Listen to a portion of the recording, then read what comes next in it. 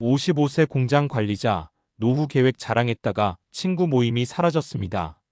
솔직히 말해서 이 나이가 되면 자랑 하나쯤은 하고 싶어집니다. 젊을 때처럼 연봉이 얼마다, 차가 뭐다 이런 얘기가 아니라 이제 나중에 좀 편하게 살 수 있겠다는 안도감 같은 거 말이죠. 55세. 현장에서 잔뼈 굵은 공장 관리자라면 하루하루가 얼마나 버텨온 시간인지 잘 압니다. 야간 근무, 인력 문제, 사고 책임, 위에서 치이고 아래에서 받쳐야 하는 자리. 그걸 수십 년 해왔으면 노후 준비 좀 해놨다는 말이 목까지 차오르는 것도 이해가 됩니다. 그래서 어느 날 오래 알고 지낸 친구들 모임에서 난 국민연금 말고 개인연금도 있고 퇴직금은 따로 굴리고 있다. 집 대출도 다 끝냈다. 이 정도 얘기를 했을 뿐인데 분위기가 묘해집니다. 웃으면서 넘기는 척하지만 대화는 슬쩍 다른 데로 가고 다음 모임 연락은 점점 뜸해지고 어느 순간 단톡방은 조용해집니다. 이게 단순히 자랑에서 벌어진 일일까요? 사실 이건 은퇴 준비라는 주제가 가진 묘한 불편함 때문입니다. 은퇴 이야기는 축하가 아니라 비교로 들릴 수 있다. 은퇴 준비, 노후 설계. 이건 잘해도 문제고 못해도 문제인 이야기입니다. 누군가에게는 아직도 대출이 남아있는데, 자식 뒷바라지도 끝이 안 났는데, 퇴직하면 뭐 먹고 살지 막막한데, 이런 현실을 정면으로 건드리는 말이기 때문이죠. 그래서 은퇴 이야기는 정보 공유가 아니라 은근한 비교로 받아들여지기 쉽습니다. 특히 50대 중후반 남성들 사이에서는 겉으로는 다 비슷비슷하지 뭐라고 말하지만 속으로는 다 계산기를 두드립니다. 사례 1. 나는 준비됐는데 그게 죄가 되더라. 경기도에서 제조업 공장을 관리하던 어씨 이야기입니다. 현장 경력 30년, 관리자 15년. 젊을 때부터 허리띠 졸라매며 연금, 보험, 적금 꾸준히 들어왔습니다. 친구들 모임에서 노후 이야기가 나왔고 어씨는 별 생각 없이 이렇게 말했습니다. 난 퇴직하면 바로 귀농까진 아니어도 지방에 내려가 살 생각이야. 연금이랑 임대 수입으로는 충분할 것 같고. 그 순간 누군가는 술잔을 내려놓고 누군가는 휴대폰을 보기 시작했습니다. 이후로 모임은 계속됐지만 어씨는 점점 초대받지 못하는 쪽이 됐습니다. 나중에 공통 지인을 통해 들은 말은 이거였습니다. 쟤는 맨날 잘 됐다는 얘기만 해. 어씨는 그제야 깨달았다고 합니다. 자랑하려던 게 아니라 안심을 나누고 싶었던 건데 듣는 사람 입장에서는 전혀 다르게 들렸다는 걸요. 은퇴 준비는 성과가 아니라 상태다. 여기서 중요한 포인트가 하나 있습니다. 은퇴 준비는 시험 성적도 아니고 누가 이겼다 졌다 할 수 있는 게임도 아닙니다. 그런데 우리는 자꾸 얼마나 모았는지, 연금이 얼마 나오는지, 집이 몇 채인지 이런 성과 중심의 언어로 이야기합니다. 이 순간부터 대화는 공유가 아니라 경쟁이 됩니다. 은퇴 준비는 사실 얼마나 벌었느냐보다 얼마나 불안하지 않느냐의 문제인데 말이죠. 사례 2. 돈 얘기 안 하니까 관계가 살아나더라. 반대로 서울에서 유통업에 종사하던 B씨는 조금 달랐습니다. B씨도 준비는 잘 된 편이었지만 모임에서는 숫자 이야기를 거의 하지 않았습니다. 대신 이렇게 말했습니다. 퇴직하면 뭐 할지 고민 중이야. 일 안 하면 오히려 더 바쁠 것 같더라. 이 말에는 부러움도 질투도 끼어들 틈이 없습니다. 대신 질문이 이어집니다.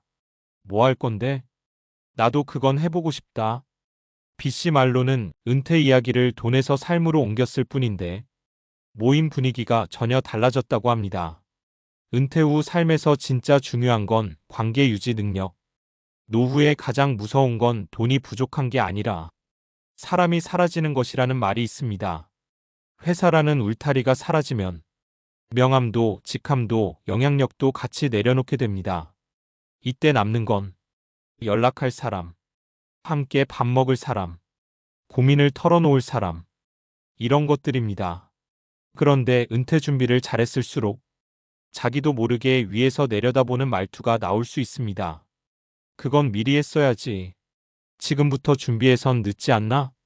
이 말 한마디가 수십 년 친구를 멀어지게 만들 수 있습니다. 사례 3.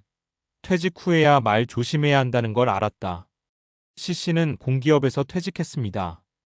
연금도 탄탄했고 생활엔 전혀 문제가 없었습니다. 문제는 퇴직 후였습니다. 현직에 남아있는 친구들에게 무심코 이런 말을 했다고 합니다. 회사 다닐 땐 힘들었는데 나오니까 살겠다. 이 말은 위로가 아니라 상처로 남았습니다. 야근 중인 친구에게는 넌 아직 거기 있지? 로 들렸고, 불안한 친구에게는 난 성공했고 넌 아직이야로 들렸습니다. C씨는 지금 말합니다. 은퇴하고 나서야 알겠더라. 말 한마디가 관계를 다 바꾼다는 걸. 은퇴 준비 조용히 잘하는 사람이 오래 간다. 은퇴 준비는 분명 중요한 일입니다. 하지만 그 준비를 어떻게 말하느냐도 그만큼 중요합니다. 자랑보다는 경험으로, 숫자보다는 감정으로, 결과보다는 과정으로 이렇게 이야기하면 은퇴는 비교의 대상이 아니라 미래에 대한 참고 자료가 됩니다. 55세 공장 관리자든 누구든 간에 은퇴는 혼자 가는 길이 아닙니다. 돈은 혼자서도 지킬 수 있지만 노후의 삶은 결국 사람 사이에서 완성됩니다. 그래서 어쩌면 진짜 노후 준비는 통장보다 말투에서 시작되는지도 모르겠습니다. 사람은 정보가 아니라 위치를 비교한다. 우리는 흔히 이렇게 생각합니다.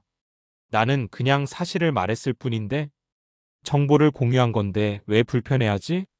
하지만 인간의 뇌는 정보를 중립적으로 처리하지 않습니다. 인지심리학에서는 이를 사회적 비교 이론 소셜 컴패러선 시리라고 부릅니다. 사람은 누군가의 이야기를 들을 때 그 사람이 나보다 위에 있는지, 아래에 있는지, 같은 줄에 있는지 를 자동으로 판단합니다. 이건 의식의 문제가 아니라 본능에 가까운 반응입니다. 은퇴 준비 이야기가 나오면 그 비교 기준은 아주 단순해집니다. 나는 아직 준비가 안 됐다. 저 사람은 준비가 됐다. 이 순간 대화는 정보 교환이 아니라 위치 확인 게임으로 바뀝니다. 문제는 중년 이후에는 이 비교에서 뒤처졌다는 감각이 젊을 때보다 훨씬 크게 다가온다는 점입니다.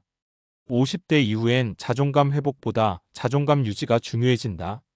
뇌과학적으로 보면 중년 이후 사람들은 새로운 성취로 자존감을 쌓기보다는 이미 가진 자존감을 지키는 단계에 들어갑니다.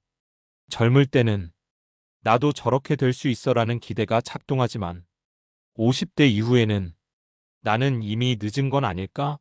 라는 불안이 먼저 반응합니다. 이 상태에서 누군가의 안정된 은퇴 설계 이야기를 들으면 뇌는 그걸 이렇게 해석합니다. 이건 참고 정보가 아니라 내가 부족하다는 증거다. 그래서 사람들은 불편한 사람을 미워하기보다 조용히 멀어지는 선택을 합니다. 연락을 끊고 모임을 줄이고 관계를 희석시키는 거죠. 이건 질투라기보다는 자기 방어에 가깝습니다. 은퇴 준비 이야기가 특히 남성 관계에서 위험한 이유. 여기엔 성별에 따른 사회화 차이도 작용합니다. 많은 중년 남성들은 능력, 경제력, 책임 수행을 통해 관계를 유지해 왔습니다. 그래서 은퇴 준비 이야기는 단순한 미래 계획이 아니라 인생 성적표처럼 들릴 가능성이 큽니다. 심리학에서는 이를 역할 정체성 위험롤 아이덴티티 스렛이라고 부릅니다. 나는 아직 가장으로서, 사회인으로서 제 역할을 다 못한 것 같은데 저 사람은 이미 졸업한 느낌이네. 이 감정이 쌓이면 상대의 말이 틀리지 않아도 같이 있기 힘들어집니다. 그래서 은퇴 후 인간관계는 선별이 아니라 조정의 문제다. 많은 사람들이 은퇴를 앞두고 이제 인간관계도 정리해야지라고 말합니다. 하지만 실제로 필요한 건 정리가 아니라 관계의 방식 조정입니다. 과학적으로 봐도 노년기 행복을 가장 잘 예측하는 변수는 자산 규모가 아니라 의미 있는 사회적 연결의 지속성입니다. 하버드 성인 발달 연구 80년 이상 장기 추적, 즉 얼마나 모았느냐보다 누구와 어떤 방식으로 이야기하느냐가 노후의 만족도를 좌우합니다. 은퇴 준비를 숨기라는 게 아니라 다르게 말하라는 것. 중요한 건 침묵이 아닙니다. 표현 방식입니다. 난 준비 다 했어. 거리 발생. 나도 불안해서 조금씩 준비한 거야. 공감 발생. 이 정도면 충분하지. 비교 유발. 이게 맞는지 아직도 고민돼. 대화 확장. 같은 사실이라도 뇌가 받아들이는 메시지는 완전히 달라집니다. 결국 은퇴 준비는 인생 후반부의 안정장치이지만 그걸 말하는 방식은 인생 후반부의 관계를 좌우하는 스위치입니다. 돈은 숫자로 남지만 말은 기억으로 남습니다. 그리고 노후에 정말 오래 남는 건 숫자가 아니라 그때 나를 편하게 해줬던 사람들의 얼굴입니다.